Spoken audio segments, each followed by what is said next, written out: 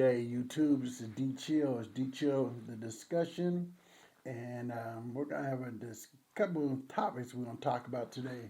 First one is going to be when me and my brother kicked off the first riot in the juvenile history. First and only riot in juvenile history, to my knowledge. It could be some others that I was never told about, but to my knowledge, it's for the first time and the only time. So we're in junior boys, and that's what it was called. Where we were at was junior boys. They had the junior boys and the senior boys east and senior boys west, and then they had the girls pod and whatever. So we're out there doing our thing on our way going downstairs. Let me slow down.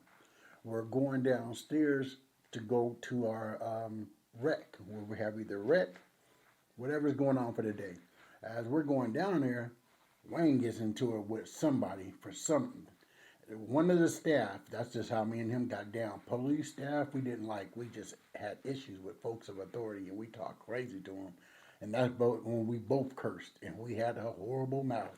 And so Wayne started getting into it with one of these folks and started talking crazy. So here comes Jesse. Jesse's like one of the supervisors at the time, but he became like one of the head people around that joint.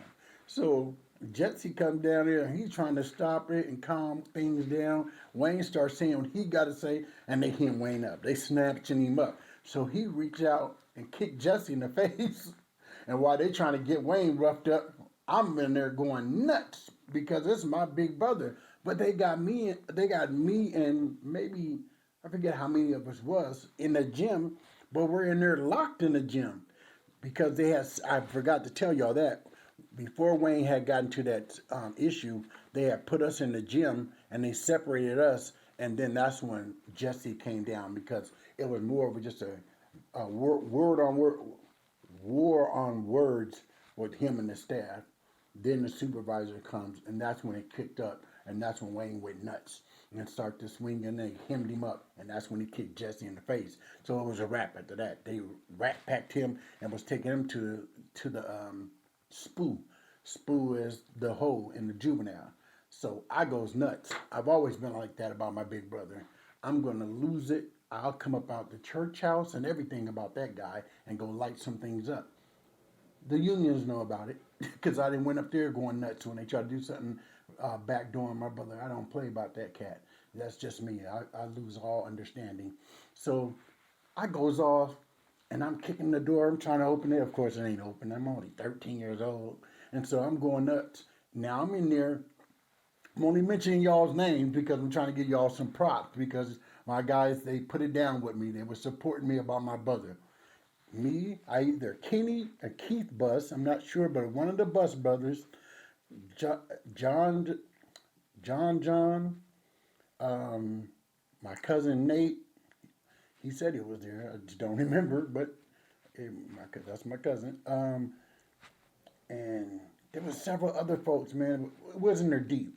So big homie Keith or Kenny Bus, he kicks the door in. This is the gym door where all the things that you have in there to play hoop and all that. He kicks that joint down, and they goes in there and start getting all kind of utensils that they can to use to battle these folks. And we knew they were coming, so we were getting arms and we were getting ready. So we got pumps to pump the basketballs up with. We grabbing everything I can. I can't forget, but John had something that was long, looked like a knife, but it wasn't a knife. Man, I mean, we was in there ready for battle. We had walking around cussing little kids through the gym like we running the joint. Now we're hot. They telling us to sit down, come to the door. Man, F you, we ain't going to know. You punk can be up in here. We gonna beat you. Yeah, come up in this joint. So we thought they were about to call the police and come up in there and get us. So what up happened is, while we doing all this old crazy stuff, which we ain't doing nothing to nobody, it's just us in there, they end up surrounding the juvenile to all the, not the juvenile, the gym to each door where they can come in and come at full force on us. So the main door from the inside, they would have guards there and they had staff outside. Big Willie and Don, it was like two of the biggest cats. No, they were the biggest cats up in that joint. I mean, huge. They made Boo Boo and Nick look small, how big they was. And so them was the head hunters of juvenile. So they had them big cats coming walking through those doors. Now once I seen Willie's face, I was like, okay, this is about to really go up. Cause I don't know how much swinging we gonna do on this big old guy, but he's gonna come over here body slamming us. So they came to the doors and they started doing their little woofing, and we still kind of woof. But at the end of the day, it wasn't too much we can do against these grown men, even with the objects we had. So as they come to the door, we go running towards them. We try to put in our little bit of work. But honestly speaking, they rolled us up pretty quickly, slammed us, hemmed us up, cuffed us up, and we all went to Spoo with Wayne. He was already down there. Now the rest of us had to go down there. It wasn't no battles like riot, but that's what they called it, a riot in the juvenile, because it had never happened before to my knowledge. It was never told to me by anybody older than me there's ever been anything of that nature in the juvenile. So that's what they called it. They said it was a riot. So there wasn't too much going on, but that's what happened. We kicked it off in the juvenile. And I've been thinking about that, and I was like, dang, I never told that story. But and one of the reasons why I never stressed about telling it, because it's like we really put no work against someone. It was just us little kids cussing upset. Wayne putting the most work, because he did what he had to do. He hit some folks. But we coming at them guards, I'm not guard, but the staff, with those little weapons we had, we're still kids, 12, 13. Kenny Buster's the biggest guy in there. He was as big as they were, but you got to remember, he was a big little child. You know, we were all still young at that age.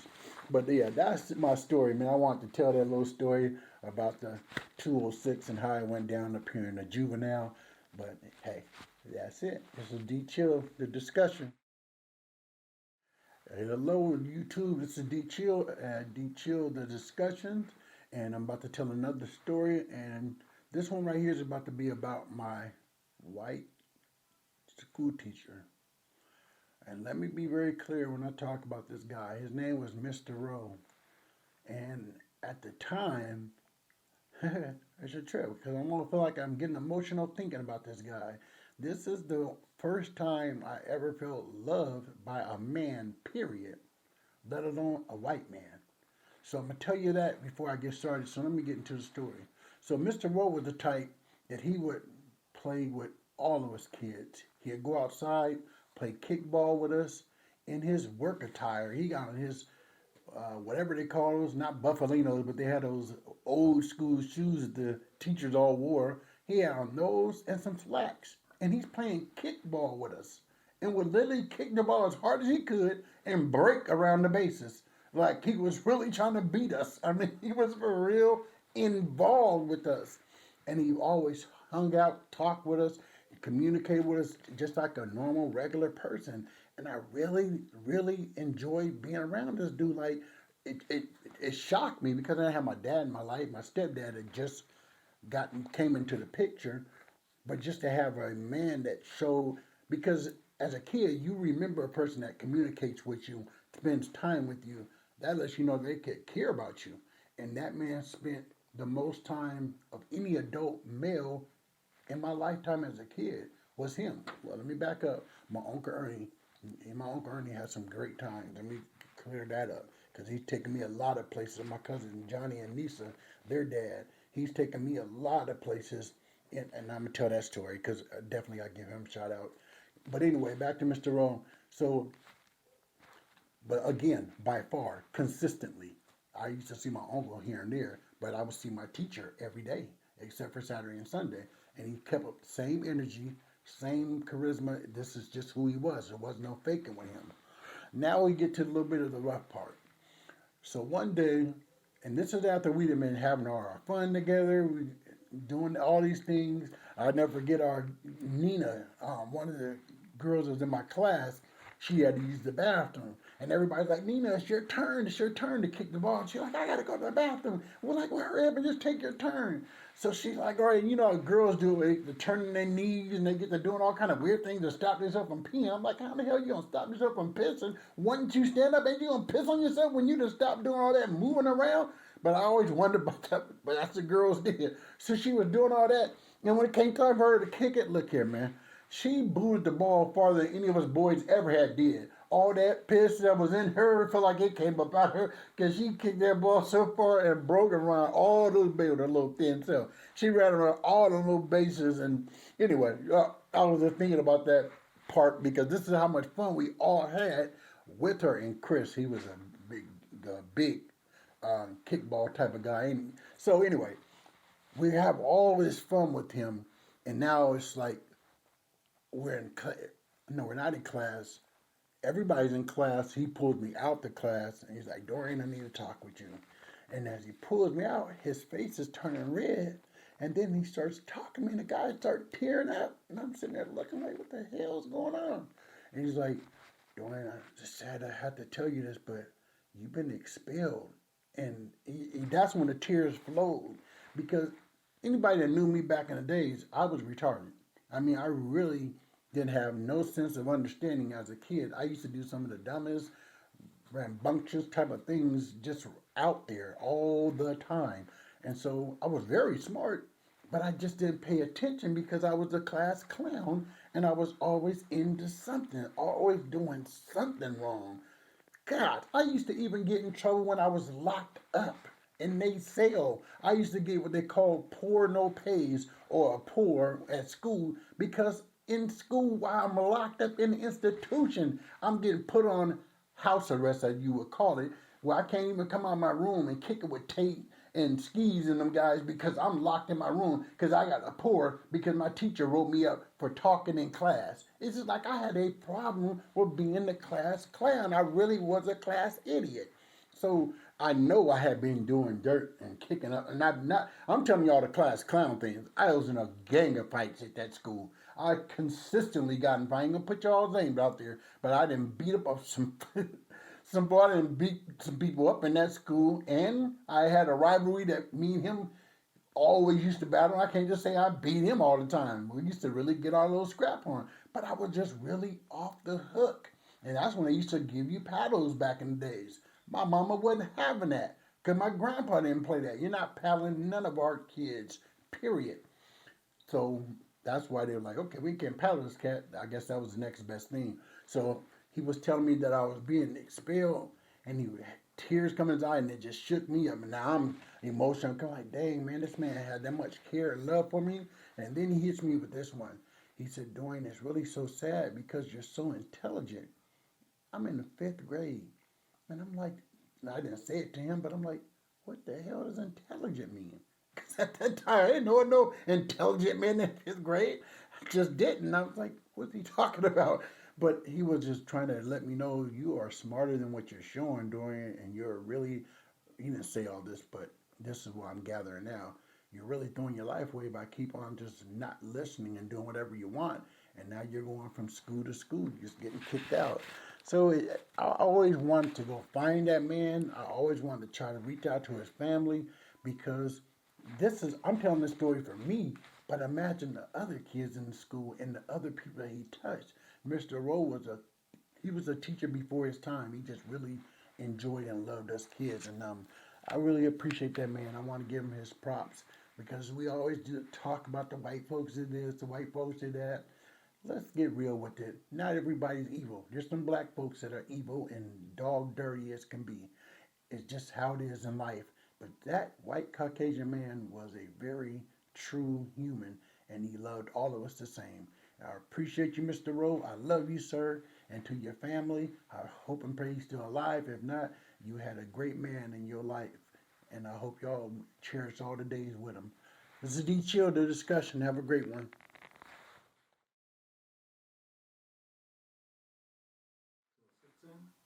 Hello, this is D Chill.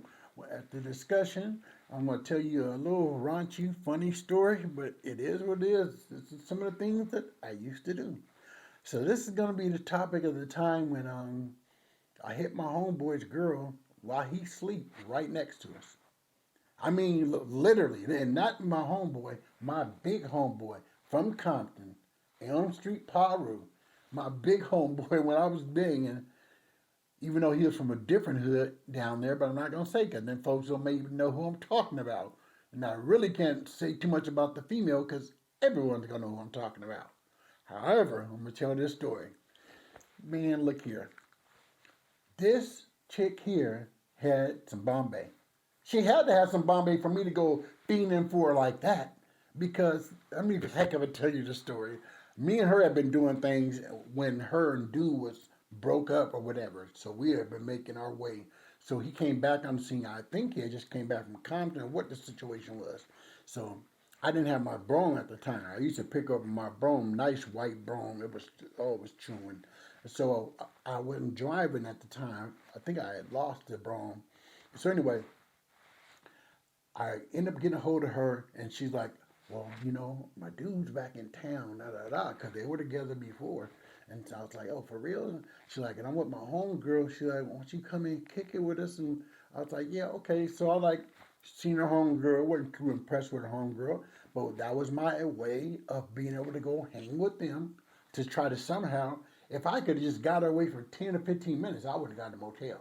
I would have spent that money to go hit that thing for that 15 minutes because it was that good. I'm just being real. So I ended up, and this, I'm just, man, I was a cold fiend. Any of my partners will tell you I was disgusting. So look, we're walking, getting on buses, and I'm playing the role like I'm trying to talk to her homegirl. Little do her do know, I'm trying to get in your girl's drawers. That's the only reason why I'm here. I could care less about this other chick. I'm trying to go hit her. So I'm playing the role like I'm talking to her. So then gets off the bus, and now we're going to the apartment. Matter of fact, it's her homegirl's apartment. So I'm supposed to be in the room with the homegirl, and them two, they're in the living room. Maybe I shouldn't have said that. He might know what I'm talking about now. Damn. It is what it is, man. It was 30-something years ago. Ain't nobody tripping on that. Yeah. All that big homie stuff is out the way to a certain degree when you're 50 years old. What you gonna do? Come punk me now? I ain't going out like that. Ain't no little kid back when I was a little homie. So yeah, let's keep it above ground. So anyway, it is what it is. But I ain't gonna be too disrespectful because I don't want her information out like that, make her look bad. But he may know what I'm talking about. Anyway, homegirl's in the room, and oh boy, he must have just fell out kind of quick. So I had made a pattern on the ground by them, and wow, he's knocked out. And at the one, yeah, no, he was literally facing me, facing her, and facing me. So she's in the middle, he's right here, and I'm on the side. So I slide her joints down, put pulled out Pete Dog, and I slid him up in her, and I'm up here like this, looking over, hitting her joint, and I'm looking, making sure he ain't waking up. And I'm in her joint, and I'm standing there the whole time. And then when that jump comes, all right, I was good. That's all I needed because she had that Bombay. I just needed that little couple of swacks, and I was gonna be good. Look, man, and she had to kill. So I had to go get it. But I trip over that like I literally was really up in this woman while her boyfriend is right next to her snoring, and I'm just hoping that he don't wake up while I'm putting my work in. Well, yeah, man, that's just the kind of cat I was. I was really scandalous, did not care about what I want to get. I'm going to make a way for me to get what I need to get. I was scandalous, man. Anyway, man, I better mess up the story because I feel bad that I might have gave this person away because she didn't change her life. She's doing well. And I've seen some recent pictures, and I don't want to say too much about it because I just didn't want her information to be put out there in a bad light because that's not cool. But big homie, still love you, but I had to have it, man. I had to have it. Your girl had the good goods. But anyway, this is Deep Chill discussion. Y'all have a good one. This is D Chill with D Chill discussion. What's up, YouTube? Oh, and let me also say this. Normally, when I do YouTube, I always do these individually. On my podcast, I've been doing it separately, but I haven't been giving my shout outs, and that's what I normally do because I want to give props to those that either I watch or they're the reason why I'm doing YouTube.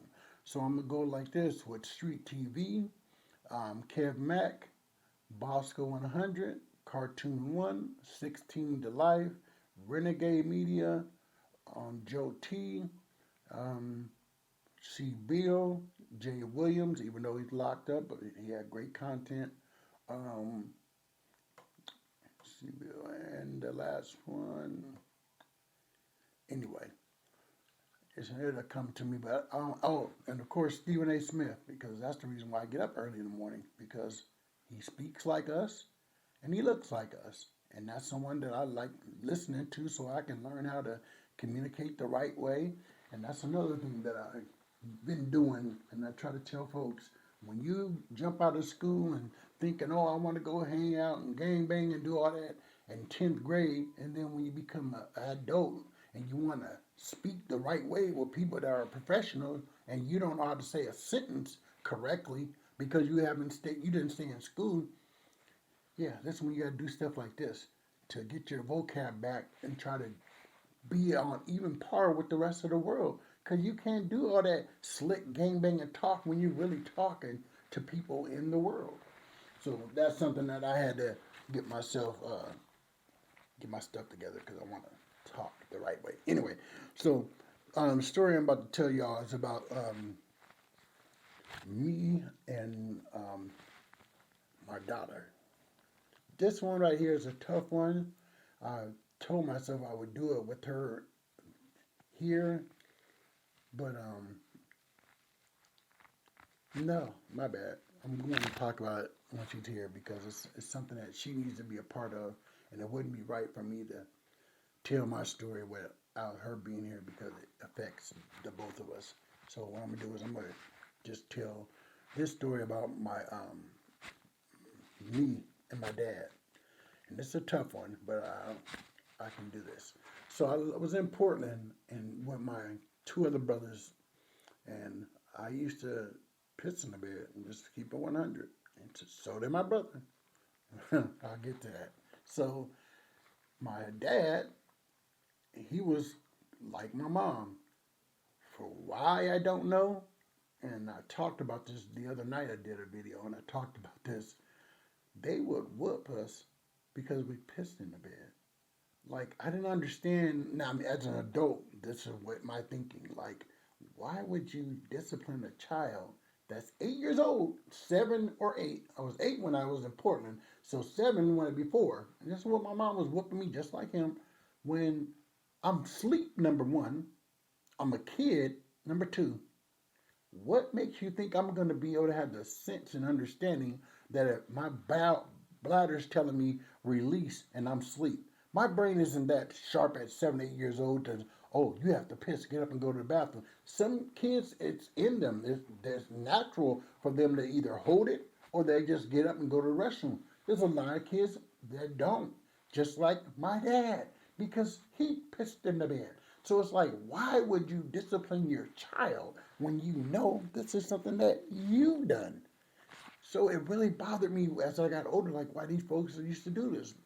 But this is this is where it really got really ridiculous, retarded. And I'm trying to be light on my words because again, this is my parents, and I don't want to talk too down on them. But this right here, some people say, yeah, you might want to say everything you want to say to a person for doing this.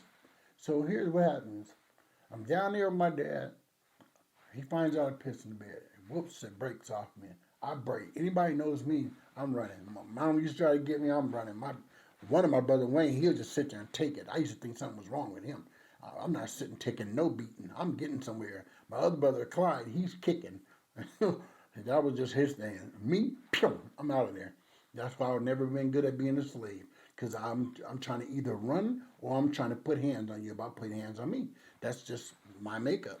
And so Wayne was slick with it though. He was pissing towards me. He would go to sleep and have himself leaning with his side where if he go to pissing on the couch, I can't say the bed because this cat I sleep on the floor. And I'm not getting into all that. And this cat would piss his piss towards me. He told me later, like, I'm like, how the heck you ain't getting caught for pissing in bed? Oh, I sleep in my position myself towards you. So you're pissing on me, making me look like I'm just the pissy one. Oh, and let me back up. So check this out. So I got to give you the whole fullness of this before I get into the real dog dirty stuff about this. So first I'm back up. So he had whooped me for that. I'm running around the kitchen trying to get away from him, and then he catches me. smacks me in the face with the belt. I'm a kid, I have to accept it. Okay. So later on, we goes, I don't know if it was that day or when it was, we go to meet some of our family members. So he's introduced us. I forget when he introduced the girls because two of my sisters, they're a lot younger. And then well, he didn't have to introduce them because they already lived in Portland with him. And knowing that the people that are down there, family or friends, they had just met us for the first time. So he's introducing us. So he said, "This is my oldest," and that was Clyde. And he said, "This is the second one. This is Wayne, and this is my youngest, Piss Pot Pete." That's how he identified me, as he's introducing me to his friends and family members. This is just who this guy was.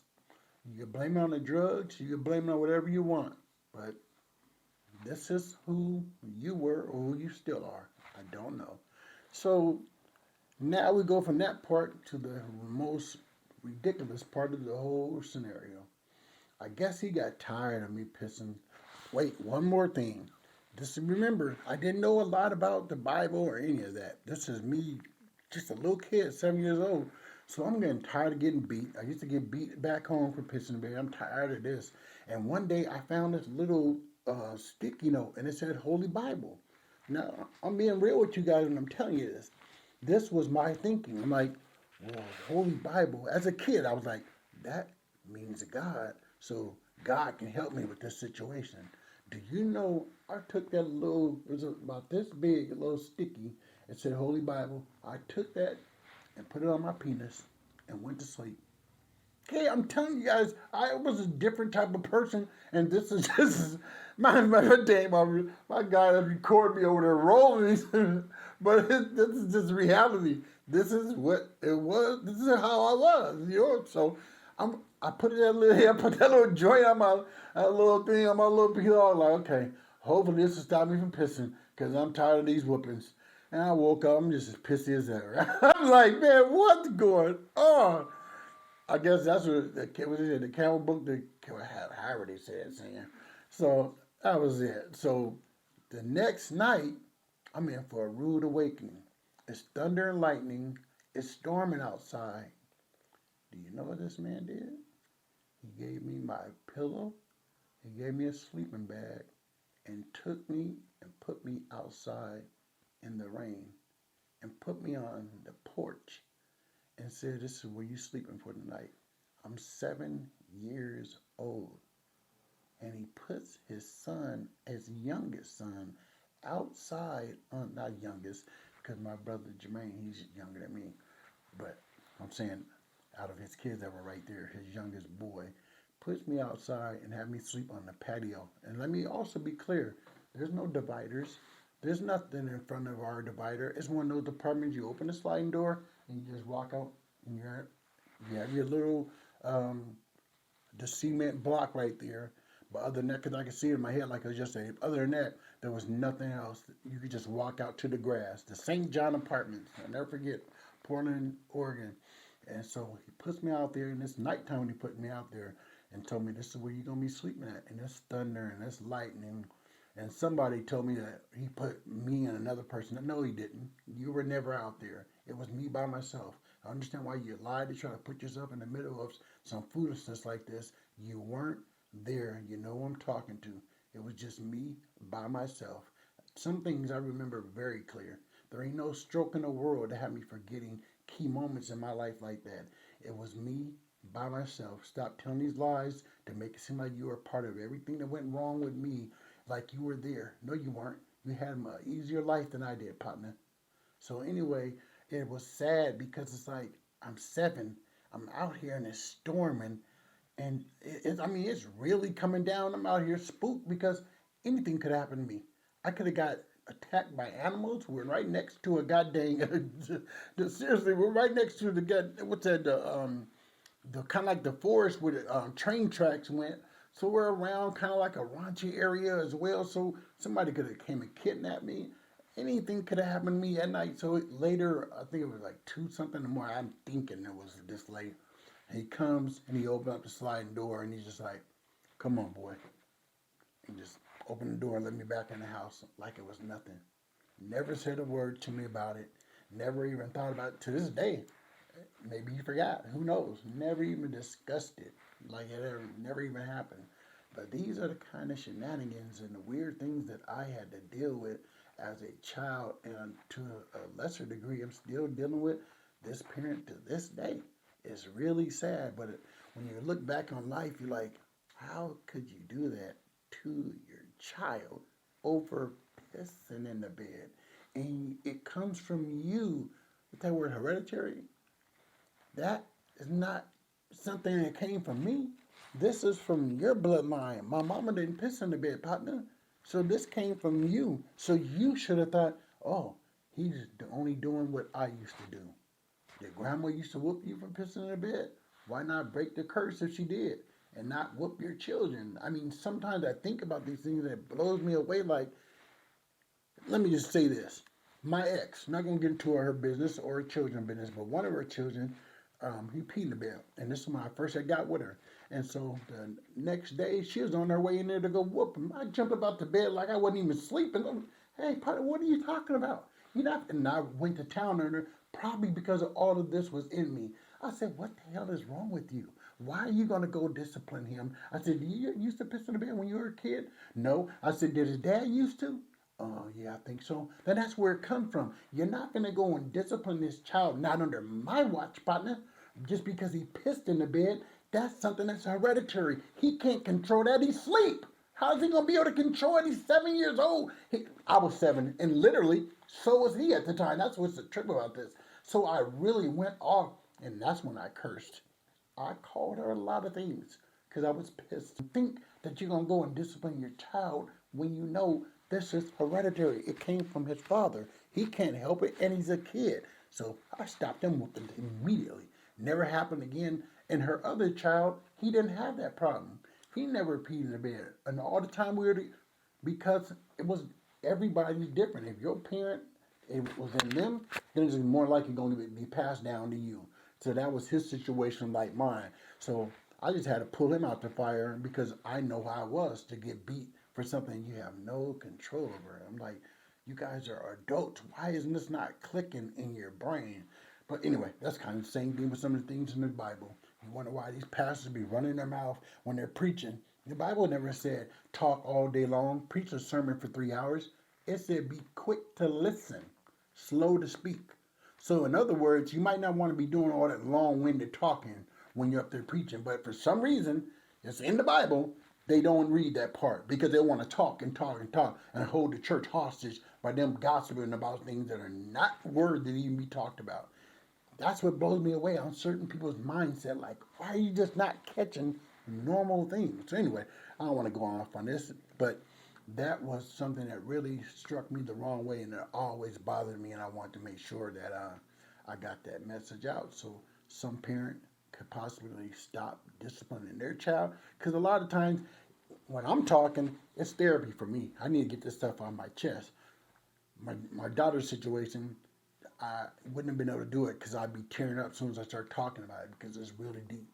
And she was hurt and so was I, but mainly her. So it's just, we have to do better. Anyway, so my point is I want to help someone so that they don't discipline their child for something they don't have no control over. This is D Chill. This is my time. It's a discussion. Have a good one.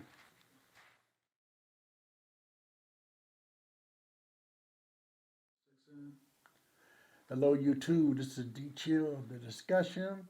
And I want to tell this video about a time when I got a letter from President Ronald Reagan while I was locked up in Nassau, Washington youth camp. So Nassau Youth Camp is it's an institution like Green Hill, Echo Glen, Maple Lane, Mission Creek.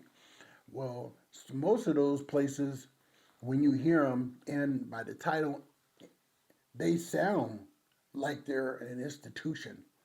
Well, Nassau Youth Camp sounds just like it sounds. So, in fairness to the president, he might have thought I was at a youth camp.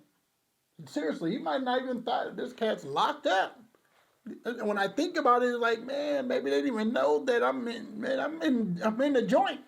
I'm in a little guy joint. You know, the pen is the big joint for the adults. And when you get sent up, that's the joint for us little kids. So I'm locked up, partner. But I guess for whatever, literally, I'm telling you guys this before I get into the story. These are things I thought about as I got older and I was younger. I was like, wait a minute, why would he write a black man back? And then I was like, that's it. Dorian doesn't sound like a black guy. Dorian sounds like a white guy. And then my last name, McDade, that's Dutch. So, or Irish, one of them two. So it's Dutch, my bad. He's like, what? This might just be a regular Caucasian guy writing me from a youth camp that he's going swimming at. He's playing baseball with his friends at. You know, he probably thought it was a little cool camp. So I was thinking about these things like, why would this guy write me back? Because it wasn't just a little short letter. I got a letter and then a 4-page documents about things about the war because that was the... Let me get into the story. I was concerned as a young kid, even at that age, I was paranoid. Where I was at in ACL Youth Camp was an old military base, Air Force base, if I'm not mistaken. ACL used to be an old military Air Force base. And so my mind was like, okay, this is 1987. I'm like, wait a minute. We're funking with the Russians. We might be going to war with Gorbachev and these cats. And I'm at NACL in this youth camp that used to be a military base. These folks are going to probably hit us first before they hit other people because we might want one of the closest military bases that's around that they can hit. So this is how my mind was working at that younger age. I was just spooked. So I sat down. Let me write the president. It's the only person I can get to that can possibly help me with this. I'm locked up doing 9 months for auto theft and picking meters. And here I am writing the president of the country, the most powerful man in the world, about me possibly getting bombed because I'm in the goddamn jail. It's the kitty tank prison, and I'm spooked that we gonna get bombed. This is just how my mind used to work. So I'm sitting there spooked. I start writing this cat. Okay, they gonna do this, they gonna do that. How we gonna get up out of this? So I'm questioning him like, are we really going into war? I mean, this is that. So everything I just said to y'all, I'm really putting this into the letter. I'm spooked as a kid. So I never thought nothing of it after I sent the letter. I'm just thinking, I'm getting this off my chest. I'm paranoid, whatever it is. And I wrote it. So one day I'm sitting in my room and normally mail call is just the staff. They give you your stuff. I'm sitting there, the head guy, which is either his name is Dean or he was the dean of the place. I tend to forget that part. But nevertheless, he was the head guy of the whole place. And me and him had a relationship, which was funny because he liked me for some reason. He would come to my door, and this is the time when I would be in my room with a poor no pay because I got kicked out of school. And so he'd come to my room, and I'll be asleep, and all I hear is, bark, bark, bark, bark, bark, bark. He'd be taking these chicken sounds, bark, bark, bark, bark, and I'll wake up. As soon as I wake up, I know it's him, so I start smiling, and then he'll get the, bark, bark, bark, bark. He start really doing these little chicken sounds, and he's like, wake up, Chicken George, because that's what he used to call me, Chicken George. And I'm like, why this dude calling me a slave, man? Hey, at first I used to get pissed off. I didn't say anything because he was so friendly and lovingly toward me that I felt like he's just having fun with me. And I really know now he was really just being a cool guy. And so he would do all that. So I had a relationship with him. However, your mail was given to you by all the regular staff. You go up there, sit in line, you wait for your name to be called. It didn't happen like that this day. He came to my room, knocked on my door. He was like, Dorian, can I talk with you? Now, everything's serious. Like I told you, normally he'd be joking, all that. He's like, can I talk with you? I was like, yeah, what's up? Because now I'm nervous. Like, the hell was he looking all nervous for? I don't think I did anything. Normally I'm always in trouble, but I don't think I did nothing this time. He's like, is there anything wrong? Anything going on here, Dorian? I was like, what do you mean? What you telling him? No, ain't nothing wrong. Now I'm really getting spooked. I'm about to get locked up. And now when I get locked up, they have a box in there. They'll put you in a hole. They have one box that you go to. So I thought I'm in trouble. I'm about to go to the box. I'm like, nah, man, ain't nothing wrong. I ain't did nothing. He's like, well, I was concerned because, you have a letter here from the White House. What? I'm tripping. The White, I know I wrote the vote. I wasn't expecting no letter back. Man, he handed me that letter because they knew they couldn't open the joint. They'd really be in trouble.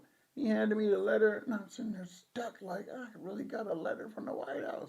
And so I'm like, nah, everything's fine. And so now I told him, I just wrote them about the war. I was just scared about the war. That's all I talked to them about. Ain't nothing going on wrong here. He was spooked thinking that I didn't report these folks to the White House. So I ain't got that much pull as no goddamn 14-year-old kid, black at that. Like, what kind of pull do I got? I'm going to get y'all in trouble. So he was really looking at me, wondering as if I had really reported him. So as I got the letter and I went through it, it blew me away. The things that he addressed, everything I discussed, he had addressed in that letter. And then, like I said, it was one page that was just strictly him talking to me, addressing everything. Then there was 4 pages having to do with policies, politics, and the things about the war that I had questions about. More of the legal stuff that they could just send along with the letter, just kind of show me, well, this is our game plan for this, that, and that. Not that they told me everything, of course not, but I'm saying it was just more information just about everything that I had asked about. But he had addressed one letter that was just strictly to me, and then at the end it had Ronald Reagan, his signature at the bottom of it.